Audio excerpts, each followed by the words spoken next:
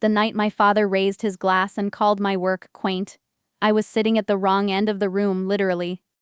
Table 11. Nearest the catering exit. No floral arrangement, just a tea light in a glass jar and a card with my name printed in plain font. I'd known about the seating assignment for 2 weeks. What I hadn't known was what would happen when the man beside me, the man my family had never once bothered to ask about. But I'm getting ahead of myself. The Cole family has been designing buildings since 1961. My grandfather drafted his first blueprint on a drafting table in a Raleigh walk-up with a T-square and borrowed ambition. My father expanded that into Cole & Associates, 14 architects, a glass-walled studio on the 14th floor downtown, and a reputation that got you invited to the right dinners. The office lobby has a gallery wall. Grandfather in his early career headshot, hard hat tilted back. My father at the ribbon cutting for the Meridian Civic Center. My sister Brooke at her graduate school pinning ceremony, flanked by both parents, all three of them beaming. I'm not on that wall. Not because I failed to accomplish something. Because at 20, when I told my family I wanted to study physical therapy instead of architecture, the air went out of the room in a way that never quite came back. My mother's response was precise. "Warren," she said to my father, setting down her fork, "what will we say to the Lunds?" The Lunds were family friends. Architects, naturally. My father didn't answer that night. He just started calling my career Marin's Detour, and the name stuck until it became the family's preferred way of explaining me away. 8 years is a long time to be someone's detour. I work as a licensed physical therapist at a regional rehabilitation center. $61,000 a year. I help stroke patients relearn how to lift a coffee cup. I work with veterans who lost limbs and need to renegotiate every ordinary motion. I watch people decide, sometimes daily, whether the effort of continuing is worth it, and I try to make sure they choose yes. My parents call it hands-on work with a pause before hands-on that carries more freight than any insult they've ever spoken aloud. The moment I stopped waiting for them to change came about 9 months ago. Our rehabilitation center was named Program of the Year by the State Physical Therapy Association, a recognition given once annually to a single facility. I had led the grant application. I had coordinated the care model they cited. I sent the ceremony invitation to the family group text 3 weeks in advance. My father replied the next morning, "Marin, I have a site walkthrough that evening. You understand how these things are." The day after the ceremony, he was photographed at the opening gala for a civic plaza Brooke had contributed design work to. I saw it on social media. Him in his blazer, arm around her, the kind of smile he only produces when he's genuinely proud. I kept my award letter on my kitchen counter for a month. After a while I stopped seeing it and just saw a piece of paper, and that was somehow worse.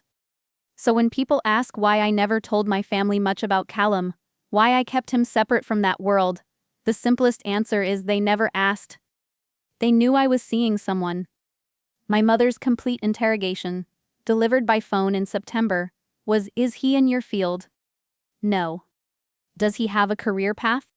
"He runs his family's orchard." A pause.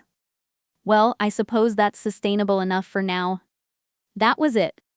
18 months of my life summarized in 2 sentences and a shrug. Callum Reed runs 400 acres of apple and pear orchards in the hill country 2 hours west of the city. 3rd generation. He wakes at 5, knows every tree by its yield history, and can tell you which block needs drainage work and which one just needs patience. He drives a rusted Chevy with a cracked dashboard and keeps a spare pair of work boots in the bed. When I first met him at a regional farmer's market, I'd stopped for cider and stayed 40 minutes. He asked me what I loved about my work. Not what it paid. Not whether it was secure. What I loved. I told him about a patient that week, a 68-year-old man relearning to write his name after a stroke. How on Thursday he'd signed a birthday card for his granddaughter, with his own hand for the first time in 8 months. Callum listened like that story was the most important thing he'd heard all week.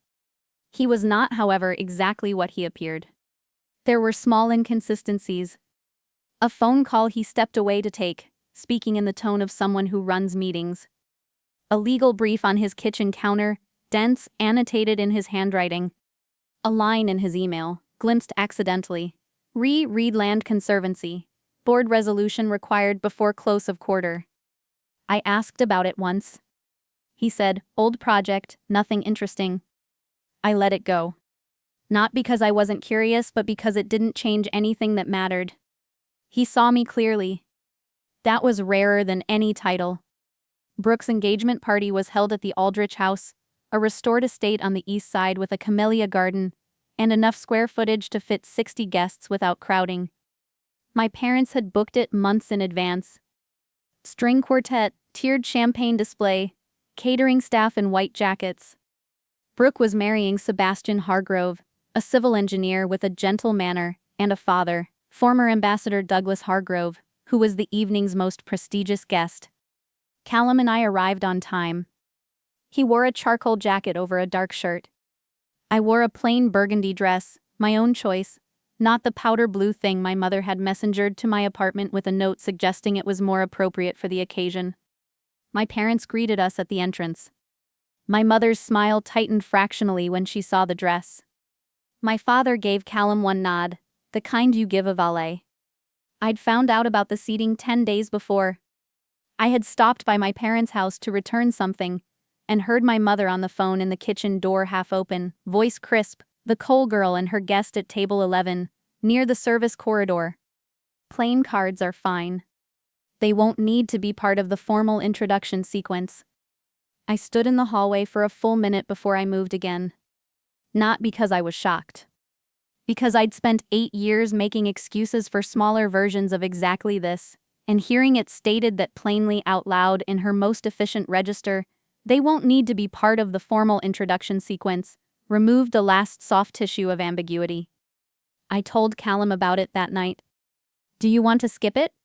He asked. I thought about it seriously. No, I said finally. I need to go. Not to prove anything. I just need to see it clearly, one last time, and then I'm done. He was quiet for a moment. Then I'll be there. Table 11 was exactly as described.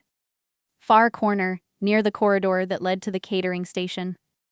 The centerpiece was a single candle. The name cards were printed in a standard font. Tables 1 through 6 had hand-lettered cards with a sprig of dried lavender tucked beneath each one. Former Ambassador Hargrove sat at table 1 beside my parents, relaxed and warm, his silver hair catching the chandelier light. He glanced across the room twice in the first 10 minutes.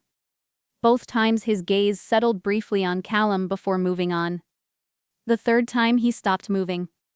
I watched the recognition work its way across his face, first a furrow, then a stillness, then something close to disbelief. The room quieted for my father's toast.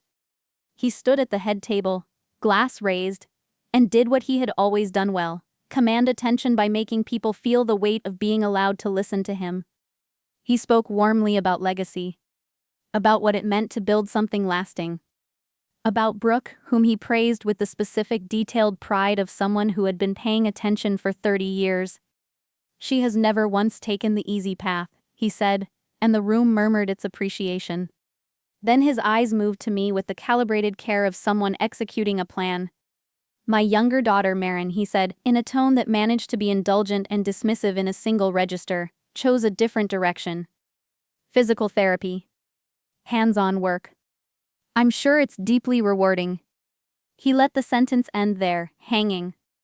And she's brought along her partner, who tends an orchard, if I have it right.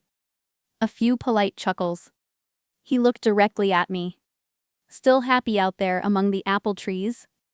The smile beneath it was immaculate. 60 people turned in my direction. I did not answer. I cut a piece of food and put it in my mouth. Callum set down his fork and stood. The room registered it as a physical event, the way a room registers a door opening. Ambassador Hargrove rose at the same moment, as though pulled by the same current. He crossed the floor from table 1 and the whole room watched him do it, watched the most decorated guest at the party walk toward table 11, with an expression that made my father's smile slip for the first time all evening. Callum, the ambassador said, stopping at our table. His voice was quiet, but the room was quieter. I thought that was you. I didn't realize. He glanced at me, then at my parents. My father was standing now. Douglas, you know this man? The ambassador looked at my father, with an expression I recognized from certain patients, the look of someone deciding how honest to be. Know him? He said. Warren, this is Callum Reed. He chairs the Reed Land Conservancy, one of the largest private conservation trusts in the eastern region. $47 million in land preservation agreements. 8 rural counties. I've been trying to get him on the governor's environmental advisory panel for 2 years. He paused. He keeps declining. A beat. Because he says his work is on the ground, not in conference rooms. He looked at Callum with something close to affectionate exasperation.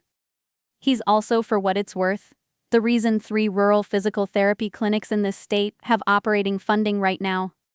His conservancy's community health initiative. He glanced at me. I imagine you know more about that than I do. My father opened his mouth. Nothing came out. Callum addressed the room without raising his voice. I didn't come here tonight to make a point, he said. I came because Marin asked me to, and because she is the most quietly courageous person I know. She works 60-hour weeks helping people rebuild their lives after the worst things that can happen to a body. She does it without recognition and without complaint, and she has spent years in this family being treated like a footnote. He looked at my father. You had 18 months. You never asked my last name. That's a choice, and it tells me what you were measuring me against. He sat back down. Silence. Then I stood. My legs were not entirely steady, but my voice was. You've been saying it for 8 years, I said to my parents. Not always out loud, but in every seating arrangement. Every time you summarized my work in one word. Every time you introduced Brooke and then paused before mentioning me, like you were deciding whether to bother. My mother looked at her hands. I'm not here to perform anger.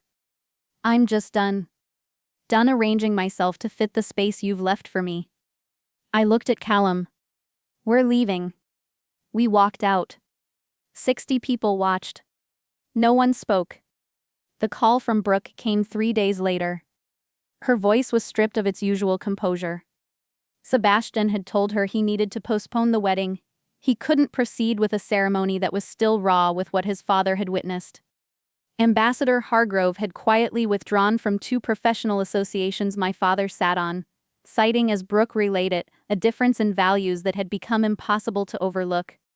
2 of my father's long-standing clients had sent formal letters within the week. One cited concerns about professional judgment.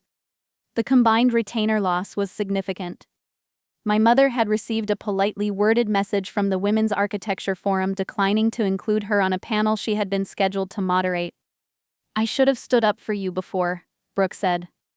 I knew what they were doing and I didn't say anything because it was easier. I believed her mostly. What do you want from me, Brooke? I asked. I want you to let them apologize. I was quiet for a moment. Do they want to apologize or do they want the consequences to stop? She didn't answer and that was its own answer. My mother called 2 days later. Can you come to the house? Your father and I need to talk. I asked her the same question I'd asked Brooke. She was silent for longer than I expected. Then she said, I'm not going to pretend otherwise. But we've also been talking and I think I know we've failed you. Both things are true. That honesty cost her something. I heard it in her voice. I told her I would come and I told her what it would require, 8 weeks of family therapy, 1 session per week, beginning with a session in which I spoke without interruption about what the last 8 years had felt like. She agreed without negotiating. The session was hard. The ones after it were harder. Some weeks we made actual progress. Some weeks we just sat in the room together and endured it, which is maybe its own kind of progress. I don't know yet what will become. I've stopped needing to know. What I know is that I drove home from that first session and sat in my car for a few minutes before going inside, and the feeling in my chest was not relief, not vindication, just a specific unfamiliar lightness. Like a window had been opened in a room that had been closed for a long time. Callum was at his kitchen table when I arrived. He looked up from whatever he was reading, and I sat down across from him, and I said, "I think I'm okay." He nodded like that was the only answer he'd been waiting for. Brooke and Sebastian are taking the time they need. She told me last month she's been seeing her own therapist, working out, in her words, what she actually wants, separate from what our parents built their hopes around. I don't know what she'll find, but I think looking is the right direction. There's something clarifying about being seen clearly by someone who has nothing to gain from it.